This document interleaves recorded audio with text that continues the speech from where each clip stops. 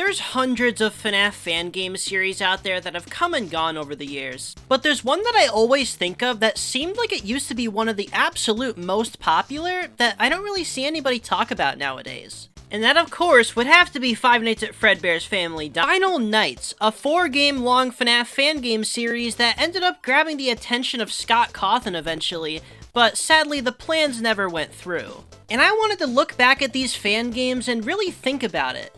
Were these good? Why were they so popular? Why does Balloon Boy look like this? Why is AftonBuilt 10 gigabytes? These are all questions that I will try to answer. So, let's start off right off the bat with Final Nights, the original. Now let's dissect the title of this series, okay? It's kind of like Final Fantasy, because it's like, this isn't the final night. You know it's not. There's 4 games. And this seems to follow that FNAF Fangame titling scheme that I really enjoy, where it's always something like Insomnus Nights, Torture Nights, Those Halloween Nights, Arctic Nights, Five Nights to Remember, Those Office Nights, The Return to Bloody Nights. What the fuck? Final Nights is a very generic title, and the thumbnail of the game is just the puppet, so there's really not much to go off of, but let's get into this game and see what the Final Nights are all about. But before that, I don't know when this video is gonna go live, but my Turtle Plushie 2.0 will be gone on October 22nd, so if you want one, it is the absolute last chance. Get yours while you still can, if they're even still available by the time this video goes live. So, yeah, back to the video. So, the first Final Nights game is kind of awful, like... Okay, listen, okay, I don't like being too mean to things, but, like, this game sucks. It's like kind of charming, but I don't know how this spun 3 sequels and I can guarantee every single one of them is better than this. This game is definitely the result of a new game developer learning the ropes and figuring out what to do, because yes, to my knowledge, this is JeliLiam's first ever game. And you know what? For being someone's first ever game, it's pretty good. It's just the fact that, like, this game doesn't work. Let's start off with the title screen, okay? This is where the game peaks.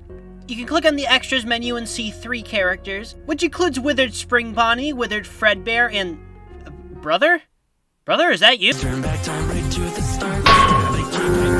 Credit where credit is due, the background image on the title screen is actually pretty creepy. But besides the extras, the menu has 2 other options, the prologue and the attic.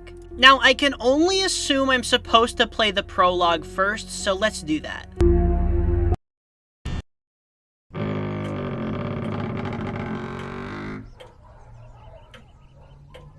Something isn't right here. Damn, he's here! He didn't seem to like my flashlight all too much.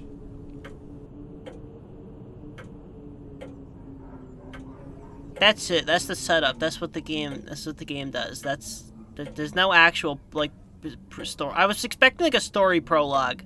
I don't even know what this is supposed to tell me.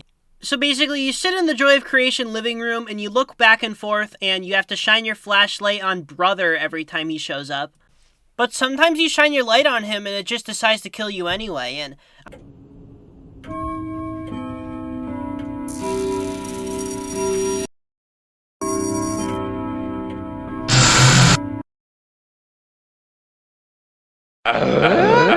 Not really sure what's going on here. This guy's getting chased by Brother, and he's gotta get out of here, I guess. And Brother doesn't seem to like his flashlight all too much. So now let's go to the attic.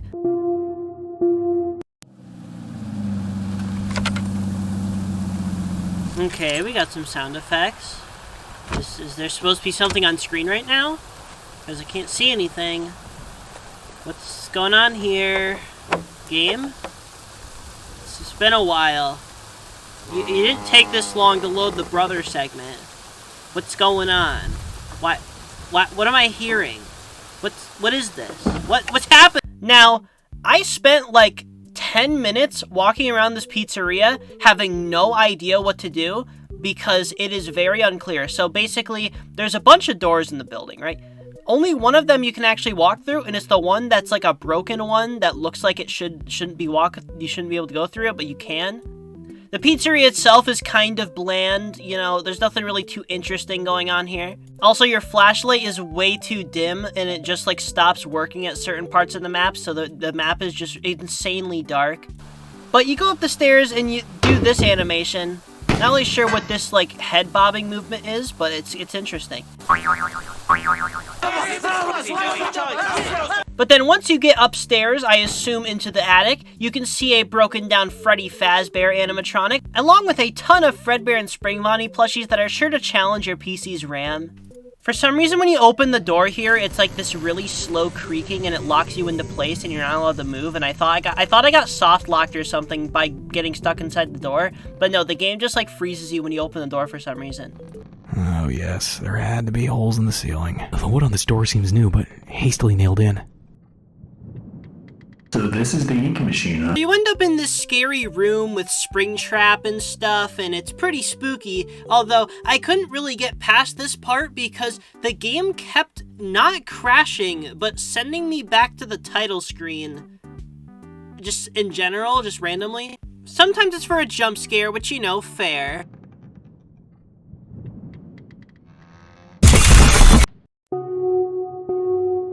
But then other times, it's just because I guess I looked at Springtrap the wrong way and he just sends me back to the title screen without any jump scare or anything.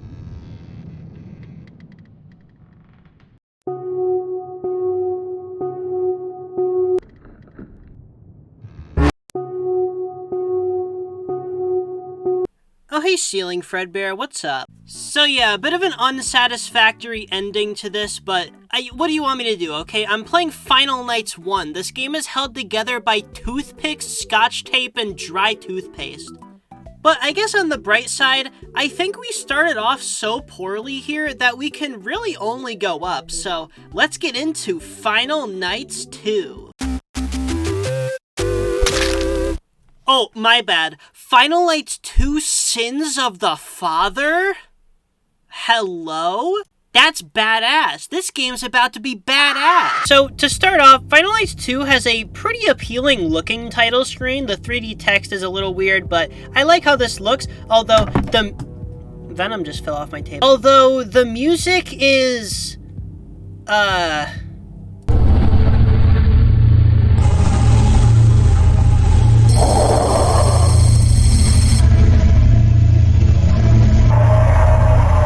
I don't know what I just listened to. Let's talk about the characters and not think about it. We've got Burnt Freddy here, who is missing both of his feet, both of his hands, and an arm, but, you know, he could still be a little bit deadly. You know, he's got a big row of teeth. The whole gimmick with this game's character design is that they're, like, all charred and burnt, and they look like they're made of, like, gravel. But yeah, I can see how Burnt Freddy could still be pretty deadly. Same goes for Burnt Foxy. He's got about the same amount of withering, although he has both of his legs, and he still has his hook, and he's got sharp teeth, so yeah, this guy could definitely hurt you if he wanted to. Burnt Chica, more or less the same damage as Freddy, so about the same scale as him. And then we got Burnt Bonnie. Why is he missing everything? He has no head, he has no arms, he has one leg. How is he even, like, alive? How is he moving? What does he do? Luigi has no arm. Luigi has no arms. No. Luigi has no hat. No. Luigi has no hat. Luigi has no... Oh wow, this place sure burned down fast. So the game cold opens with who I assume to be the worst firefighter of all time, looking through the rubble of this building that just burned down. And then suddenly, he's grabbed by an evil Freddy that doesn't have hands to grab him with.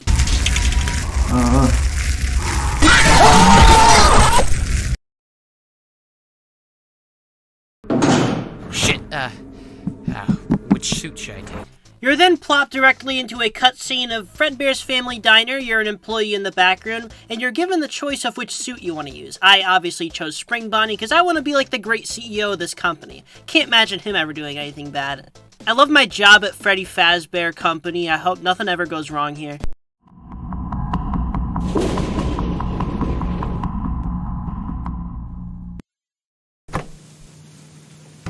Hello? Me? It's been a while. Oh, am I kidding?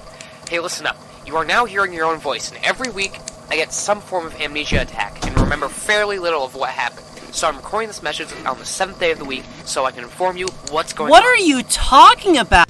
The premise for the phone calls in this game don't really make a lot of sense. So we play as a person who Fazbear Entertainment has hired to watch over the animatronics while they are being repaired.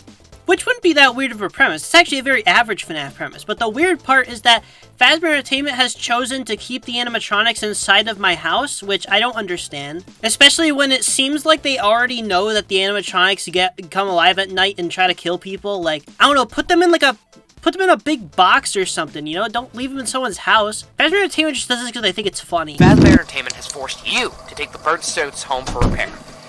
Now, as you know, something has always been clearly wrong with them, but now they're after you, and by that I also mean me, I guess. Also, yes, the phone calls are being recorded by the player character, for themselves. So apparently they have amnesia and forget after a week, I guess. So they record a bunch of messages for themselves to use to survive on the second week of watching the animatronics, which, if you need the messages, how did you survive the first week is my question. Just seems like a really weird decision to have the phone person be the same person as the player character, but I guess it's unique. Even if the premise is weird as hell. And as far as game mechanics go, this game is also really weird. The game does this annoying thing control-wise where, like, you use WASD to look around the office, which isn't an inherent issue, but it does this weird thing where, like, let's say you want to look right. You click D, and then you look over, and then to look back, you don't press A like you'd assume, you have to press D again. The animatronic mechanics themselves, though, are pretty simple and easy to understand. Brother is back, and he's in this little box next to your desk, and you have to look inside the box, and if he's moved, you need to shine your light on him. Pretty simple stuff. Freddy and Bonnie will come crawling down the vents, and you need to close the vent. Also pretty simple stuff. And then I kept dying to Foxy. I could not figure out how to beat Foxy.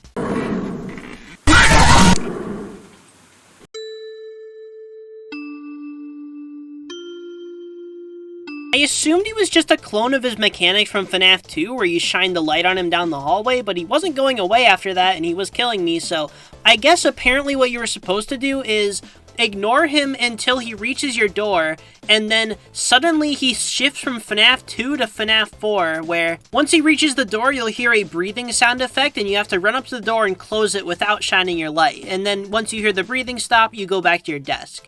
I do honestly like it a bit more than the FNAF 4 breathing, though, because this breathing is a lot easier to hear. But yeah, overall, this game is pretty easy, all things considered. So the next night cutscenes, I should probably talk about them. Basically, the next night cutscenes I saw, you go into the party room in the Springbonnie suit, and then you see a kid, and then you lure the kid to the back room, and then the next night you're given the option to kill the kid or not, and I chose not to kill the kid, being the amazing person that I am. Here we are. I don't like this place, Mr. Bonnie.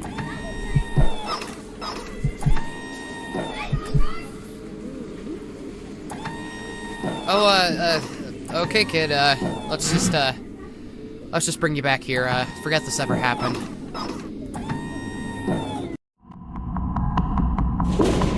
Okay, so here's where I got a bone to pick with this game, okay? So when Bonnie enters the vent, he goes so insanely slow, and you have to close the door in time, but the door has like a timer, so it's like, I don't even know, but I don't even care, okay? I wasn't that worried about Bonnie, okay? I literally was assuming he was like a Balloon Boy type character or something. But no, Bonnie gets into my office, and what do you know? He kills me. You only lock one vent at a time, so keep that in mind when both Freddy and Bonnie are trying to make their way down.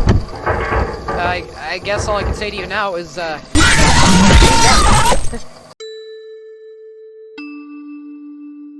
No, he can't. I could kill him if I wanted. And I'm not confident saying that about a lot of FNAF characters, but that's one I am confident about. Bon killing you in sister location is more believable.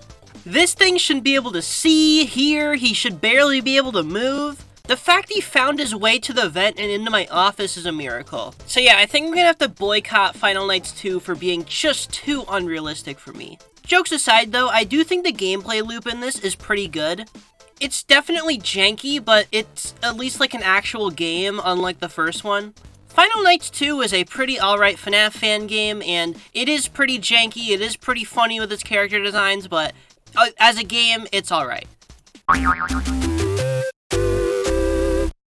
Now, Final Nights 3 is interesting because I do think it's pretty similar to Final Nights 2 in the sense that it does have a pretty decent gameplay loop. I will say, it's way too slow. It does fix the WASD controls for the office, which I do appreciate, but it basically takes you just as much time anyway because the animations are so slow. And while Final Nights 2 was kind of a mix of FNAF 2, 3, and 4, Final Nights 3 is pretty much just trying to be like FNAF 4. And this game's time progression system works in the way that you have to sleep, like actually, you have to sleep during the night in order to progress the time. Which I will say is pretty clever, and honestly I do think this game has a good gameplay loop, it's not for me. I'll be honest and say FNAF 4 is my least favorite of the main FNAF games, just because I don't like the sound mechanics or running around the bedroom. Like, I agree that the game is good, and it does good at what it intends to do. Yeah, I just don't really like it that much personally. Although, I think Final Nights 3 is a bit of a different case than FNAF 4, because FNAF 4 is actually scary. This game is kind of like... I'm just gonna show you how long it takes for the puppet to kill you.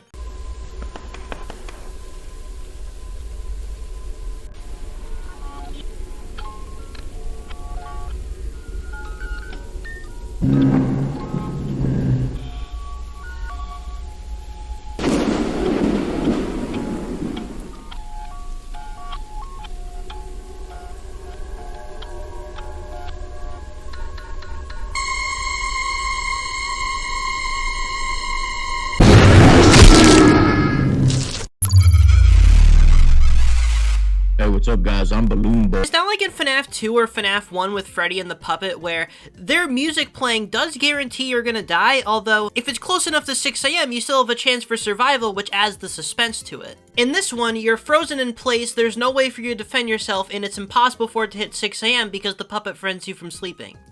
And remember what I said about this game's animations being slow? It extends to the menus, because I tried to go into my settings to change the game to full screen, which there is no option for, by the way, but I tried to go into my settings to do that, and this is how long it took, and also the settings look like this.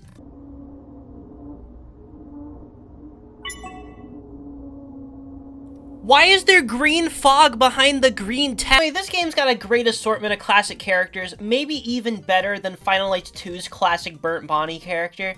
So starting off with my favorite from the lineup, we have Reaper Balloon Boy. Now, he is really funny, mainly because of his game mechanic, but also because he looks like this. But he pokes his hand out of the closet, and then you close it, and that's literally it. He is very easy to deal with, and he's very funny. Then we got Reaper Puppet, who comes from outside the window, and when the puppet reaches the window, it gets like all the way up to it, you have to close it real quick, and then the puppet will leave. But if the puppet gets inside your room, you already saw what happens. And then there's Reaper Springbonnie, who appears in the hallway, and he's basically a lot like Plushtrap, kind of. You look down the hallway, you flash him, he runs away, and he does this 3 times before reaching the door, and you have to close it. So, I guess he's a bit more like the actual animatronics in FNAF 4, but I don't have to listen to him breathing to get my eardrum blown out. Then we got Reaper Chica, who looks like she was modeled in Roblox Studio, not an insult, just an observation. And she talks to you at one point. Must be feeling. I will go into one of these 3 corridors. You have 2 chances to find me. However, if you choose wrong, you lose. Oh, I don't get it. Then we got Reaper Mango, who just has like these really funny proportions. I don't even know. It's like similar to Reaper Balloon Boy. I don't know. These two just look funny, like the way they're built.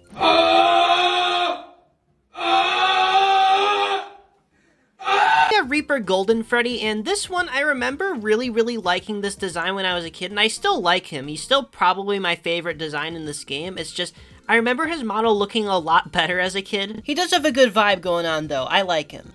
Also, did I mention this game takes place in a hospital, which I actually think is a really good idea for a FNAF game setting. And I definitely get the whole like sleep paralysis demon type vibe they were going for with a lot of the designs. This is definitely the best of the 3 so far, and that's not a high bar, but it's worth mentioning, and this game has a lot of good ideas. And I'm comfortable calling this a pretty good fan game. And also, this game has really funny cutscenes. So the game cold opens with you and like you're like being rolled into the hospital. They're not really told what happened to you, but you got a Fredbear plush. You're probably the crying child that got bit by Fredbear. That's just kind of the implication, considering you do have the Fredbear plushie. But the game starts with you being rolled into the hospital. You go into the hospital bed and I don't mean the delicious snack. You son of a bitch! I can do this. I can do this. Notice how you can't breathe? And then my suspicions about playing as the crying child are confirmed when we're plopped into the Afton household, and we can hear Mr. and Mrs. Afton arguing with each other. William Afton sounding nothing like I'd expect William Afton to sound. Ugly robots. Whoa there. This is my work. Of course it keeps me busy. Your work is running the business. Things were going just fine with just the bear. Hey, it's my business. I do with it as I please. Creating more characters can be beneficial for marketing purposes. Do you know how many toys Bonnie has sold? Not enough to support us, it seems. We had to give Kevin one of your dumb plush toys for his birthday this year because we couldn't afford a proper gift.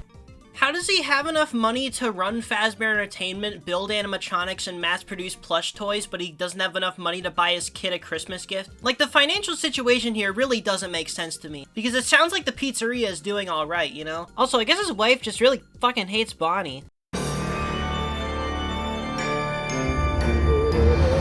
So, Final Nights 4 is a game that comes in two pieces. You have the original version, and then they also made a low-spec version. Now, I saw this low-spec version, and I was very curious, so I did some research, and apparently, the original version of the game is very, very poorly optimized, and has a lot of trouble running on most computers. But I was thinking, well, my computer is really awesome, so surely it can run Final Nights at its normal version, and I tried to, and it straight up just wouldn't even open. So yeah, we're playing the low spec version, so if the footage looks a little crappy, it's because my computer wouldn't even, my computer didn't even want to try opening this thing. I'm scared of it. So anyway, this game's title screen music is badass, dude. Listen to this.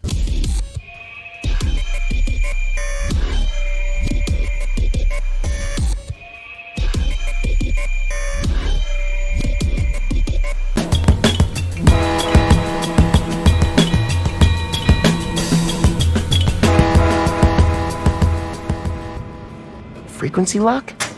Something new every day. This game's soundtrack in general is really good. This game in general is really good, and it is insane that this is part of the same series that gave us Burnt Bonnie. There's a good reason that Final Nights 4 is commonly regarded as one of the best FNAF fan games ever made. And it's genuinely really cool to see the developer have such an improvement. The game is actually pretty scary at times, it has interesting gameplay scenarios, and the story is a lot easier to follow since it's done from the perspective of a paranormal investigator looking into Freddy Fazbear's Pizza.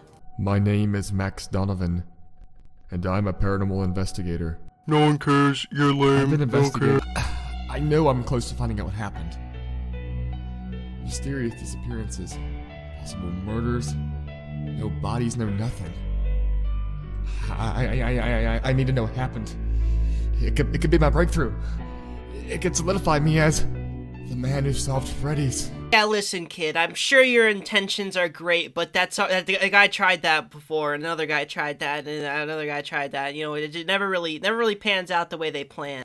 So, this game makes a really bizarre gameplay choice where it is fully rendered in 3D, but it chooses to restrict you to camera angles and stuff and never really takes advantage of the fact that it's 3D. It's basically just a point-and-click adventure game. At least these pre-night segments are.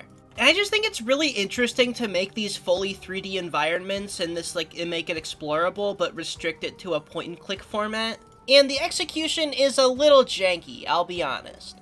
But it works fine enough, so it's whatever. We're playing as Max Donovan, a paranormal investigator who's trying to break into Fredbear's family diner so he can find something, I'm sure. We find out that Afton is using laughing gas around the pizzeria, which, you know, it's kinda canon.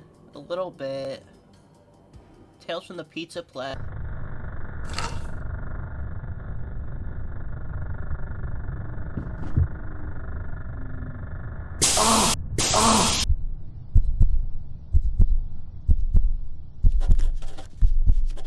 Laughing gas. What's that doing in a restaurant of all places? Nightmare Chica! We run into this puppet guy, we see a dead body, turn off the gas, and then we go there, and then we have to do a little mini game with the puppet. Now, the puppet minigame isn't really difficult at all, I just have no idea what I'm doing here. I'm, like, turning this, like, crank thing while I have to, like, you have to move the curtain when there's a puppet there, and then when the actual puppet's there, you need to, like, not do anything. So, it's pretty simple, I just don't know what I'm doing. Like, what am I turning here? Is this, like, a fishing rod? Now, I actually really like the gameplay loop of the knights in these games. I actually don't fully understand certain mechanics. Like, sometimes Fredbear just does not listen to the alarms and he doesn't follow you, but I'm getting ahead of myself. The first night, you're plopped in the Fredbear's family diner, you have a limited set of cameras, you have an office, you can look up, there's a vent above you, and Fredbear and Springbonnie will quickly begin pursuing around the building. Talking about Fredbear, I really like these designs for Fredbear and Springbonnie. They are really cool. The white gloves are definitely a bit weird, but I don't know, FNAF movie sign. I definitely don't think these are anywhere close to what the canon designs would be, but they're really cool. And I've seen a bunch of people say that these are their preferred Fredbear and Springbonnie designs, and I don't blame you. These models are really cool. I especially like the, darker colors that Springbonnie has. That's not really a thing that the series ever does, but a lot of fan content does that. I always like that. Also, their big green eyes are definitely a big part of it, because they have the mechanic where they walk into the office, obviously.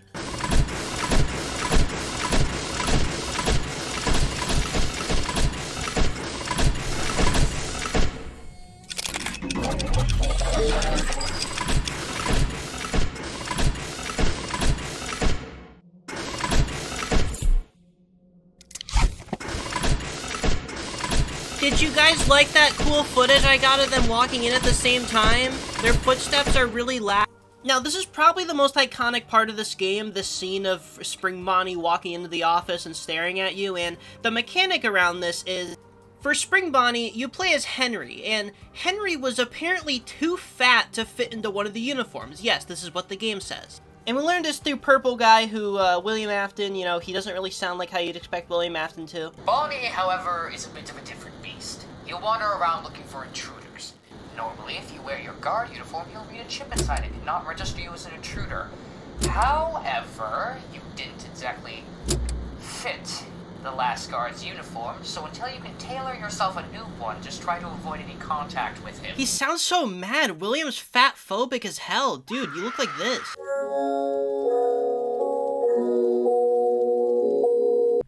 Fredbear's mechanic is what I had problems with, because it worked perfectly fine on the first night, but for some reason on the second night, I just can't get past the second night. Like, Fredbear refuses to work properly. No matter what I seem to do, he just refuses to enter my office and check if I'm there. Because Fredbear's thing is that if he thinks there's nobody in the building, he's going to turn off the power and kill you. So you need to take him to your office so we can see you and know that you're there. But for some reason on the second night, Fredbear just would not enter my room. Maybe this is a specific issue with the low-spec version of the game, since I know this is not a common issue with regular playthroughs, but I can't imagine Fredbear getting stuck on Springbonnie and the cameras was helping either. This is really weird to me because it's such an easy fix. Why do they have collisions with each other?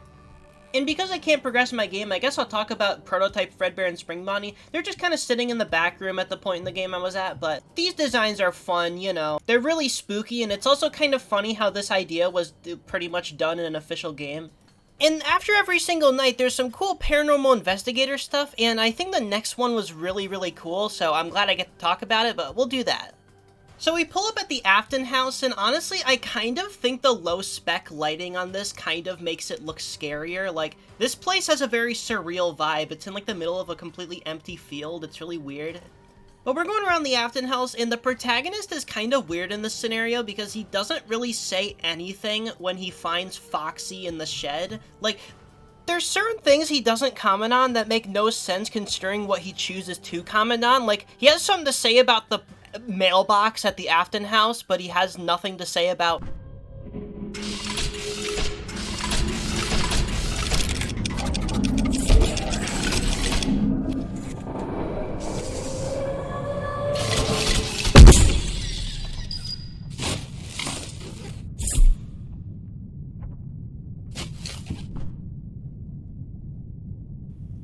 Do you really have no comment about what just happened? Do you realize what just happened to you? This house segment is really cool. It's the house from Final Nights 2, and the burnt animatronics are still inside of it, and yes, that does include our goat, Burnt Bonnie. Love the guy. So we use our weird crank thing to free the souls from the animatronics, and we do it to Freddy, Bonnie, and Chica in this night. Freddy and Chica we do in this weird office segment, which I thought was pretty cool, honestly. And the office segment involves Freddy in front of you, who will get up and you have to use the crank to slowly free the soul from him, while Chica is behind you and you have to shine your light on Chica, and when she's about to charge at the door you have to run and hide very quickly, and you need very precise reaction time. It's very strict. This whole part of the game is really cool in general. Just the abandoned house with these animatronics that kind of just blend into the environment is really, really spooky, and the execution is very well done. Because believe me, in Final Nights 2, the burnt animatronics might be the least intimidating enemies ever. In this game, I genuinely feel threatened by them.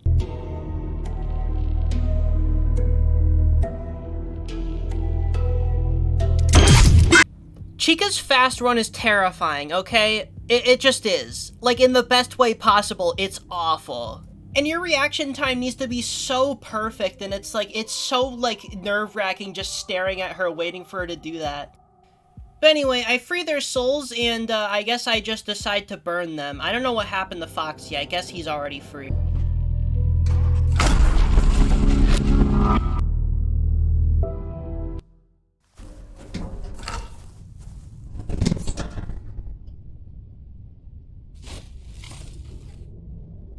Classic protagonist, never saying anything when it matters. Like, we got nothing to say with the puppet there? Do you have any form of communication? Like, you're clearly working with him. Like, he's right there, you know? He's chill.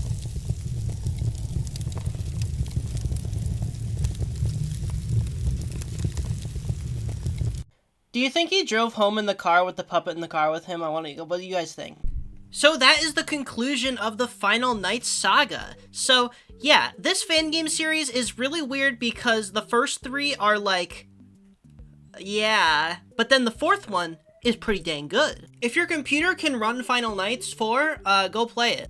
And I was going to play AftonBuilt in this video because there's a bit of lore here, so let me just run down real quick to end off this video. AftonBuilt, I built this shit. Oh no, it bit. Hurry, get away from it. JeliLiam, developer of Final Nights, was asked to be in the Fazbear Fanverse by Scott Cawthon when that was starting. So we began working on a new game called AftonBuilt, which was a very ambitious free-roam FNAF game where you build Springtrap or something. I don't know, I haven't played it, it won't run on my computer. But the game was really expensive, really ambitious, so it ended up being cancelled by Scott Cawthon, and they never ended up making it. There was a public demo of the game that you can play, and that's about it. But originally it was intended to be a very big game. And Foxy looks like this in it. Now, I might cover this more in depth in another video because I feel like there's enough to talk about here, but the main really funny thing I wanted to mention about this that I just kind of remembered this from back in the day when it was happening. JeliLiam leaked his NDA to Theft King, which is how we know a lot of the info about how this game was cancelled and such. But that's neither here nor there. What is JeliLiam doing nowadays? Well, currently he seems to be working on a Sonic Adventure 2 remake, which actually looks pretty cool, so yeah, go check that out if you're interested. It looks pretty neat. And JeliLiam seems to have pretty much just moved on from all this FNAF stuff. But with his time with the series, we got Final Nights 4, so that's pretty cool. And we got Burnt Bonnie, obviously, and Reaper Balloon Boy. So many good characters. Turbo Push 2.0 has like 1 day left, get it, absolute last chance.